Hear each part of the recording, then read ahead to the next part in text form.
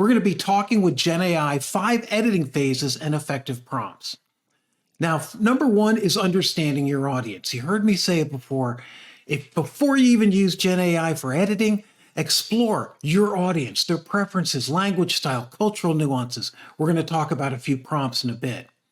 Number two, we're going to talk about personalizing the content, taking the temperature, and little tricks you can do to ChatGPT and others to make the voice change a little bit that you've worked on, to be able to make it fit their voice and learn how to actually create that.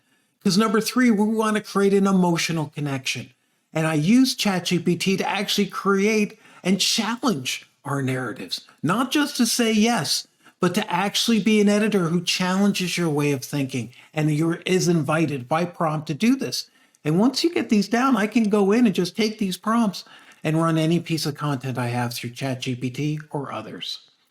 Number four, check your bias. This is the biggest one because you don't want to put out bias. And most times we're not even conscious of bias. And we all, in my personal opinion, have some bias.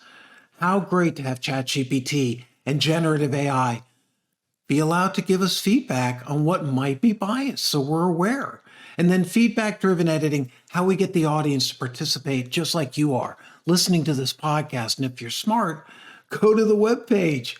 It's there that goes with this podcast, with the prompts, with the exercises, so you can have some fun. But also, I'd love to hear what you learned. Because in my scenario, I'm a writer. I want excellent writing. I have not found the ability for myself or others to create anything but sort of average, middle of the road. And honestly, there's a lot of vanilla content that kind of AI fills.